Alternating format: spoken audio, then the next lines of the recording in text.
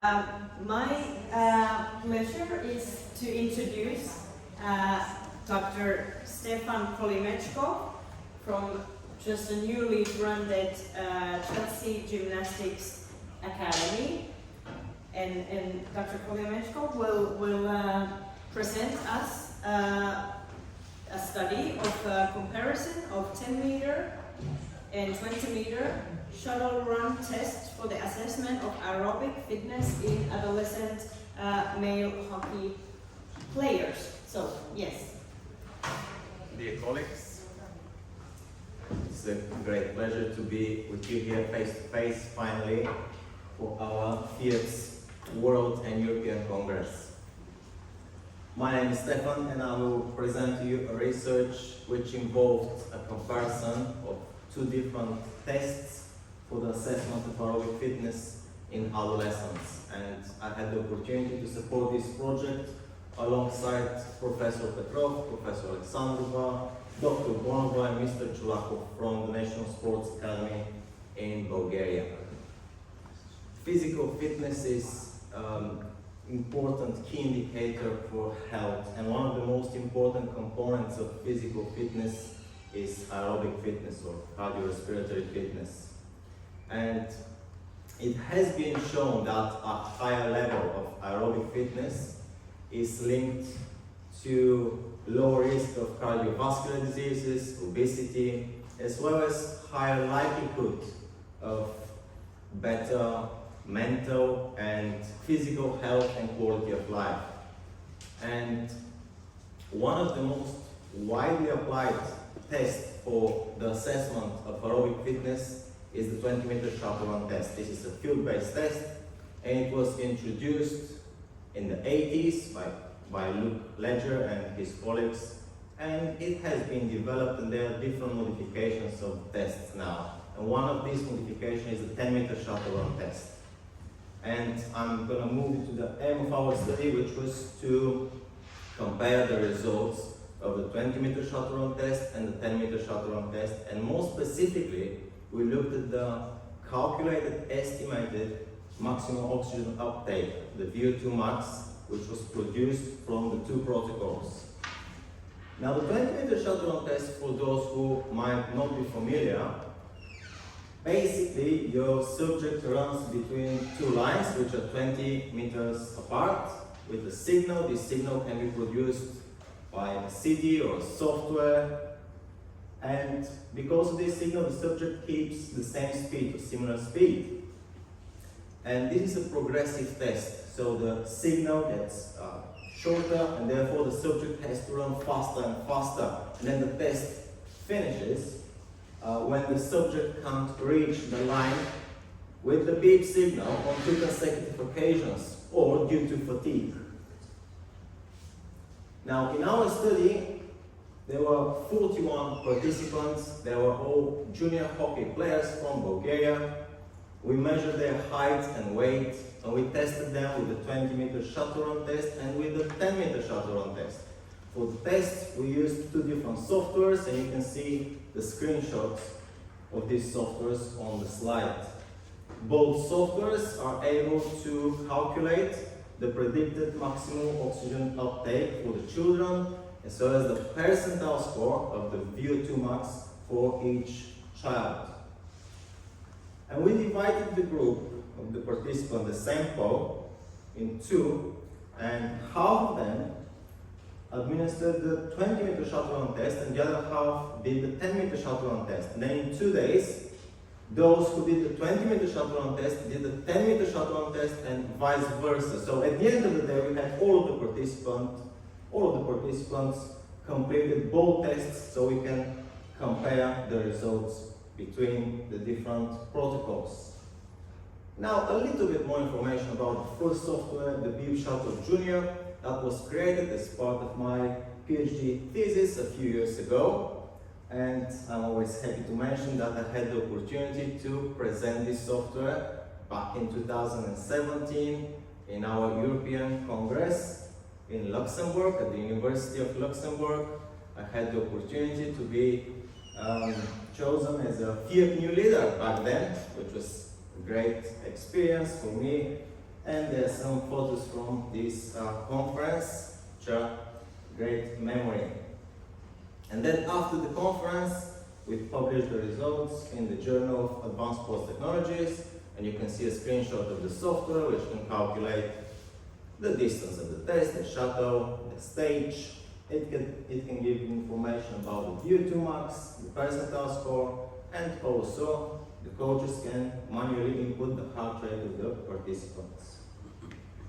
Now on the next slide, you can see the other software, the 10-meter beam test software.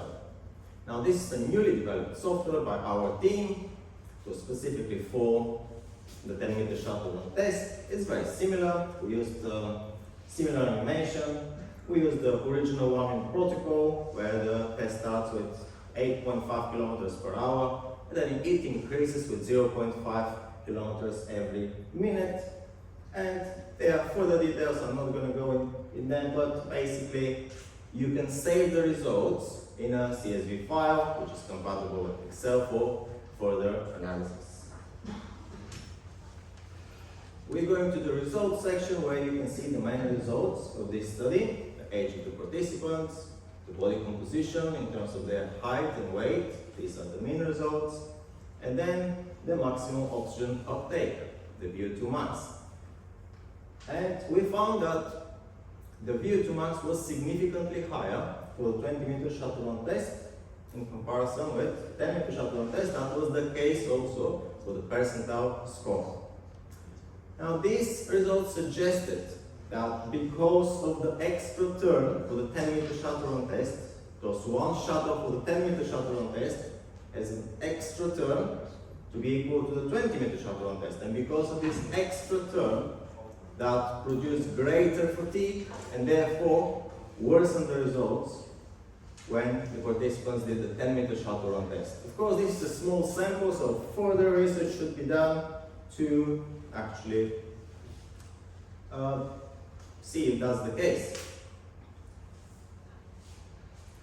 In conclusion, we can say that using softwares for these two tests is very convenient, comprehensive. Children enjoy it a lot, and we still recommend the 20-meter shuttle run test because this is the original test, and all of the equations for the maximum oxygen uptake were produced for the 20-meter shuttle run test. But many schools or clubs might not have the space, the room to do it, and that's why in this case they might decide to use the 10-meter shuttle run test. That's the case in some schools. In this case, yes, that's a good opportunity still to do the test, but they have to compare the results of the 10-meter shuttle run test with the same protocol for future analysis, because as we found there were statistically significant differences between the two protocols. Maybe in the future, if we have a better sample, bigger sample, there might be a need for adjustment of the equation of VO2 max specifically for the 10-meter shuttle run test. In conclusion, I would like to thank you very much for listening, and I can take any questions you may have. Thank you. Comments to Dr. Stefan Kolimechkov, please.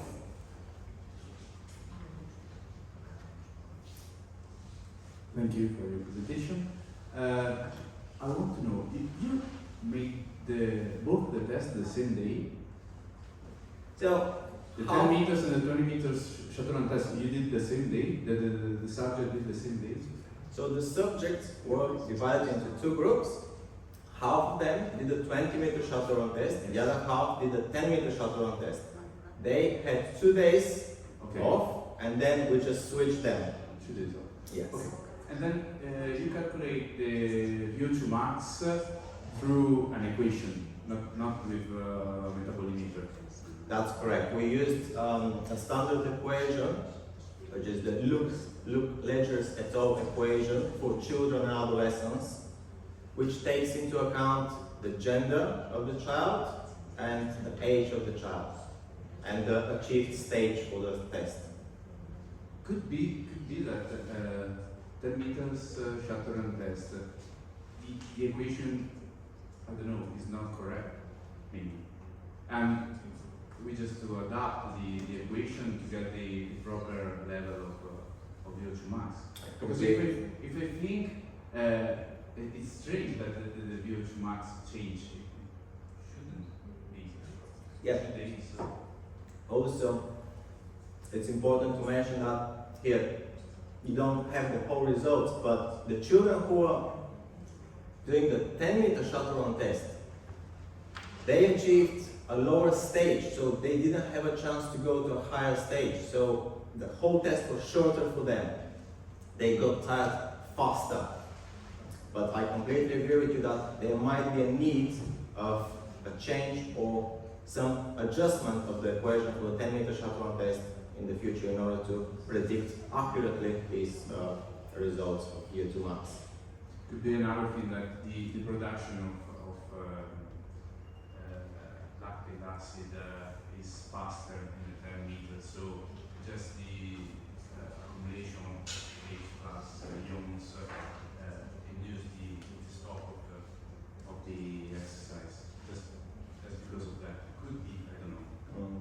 It It could would be be. interesting to put a mask on these guys and calculate. That will be a good study, yes. Mm-hmm.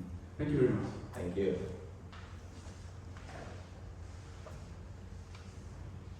More questions, comments? Okay, then we thank you. Thanks for coming. Thank you.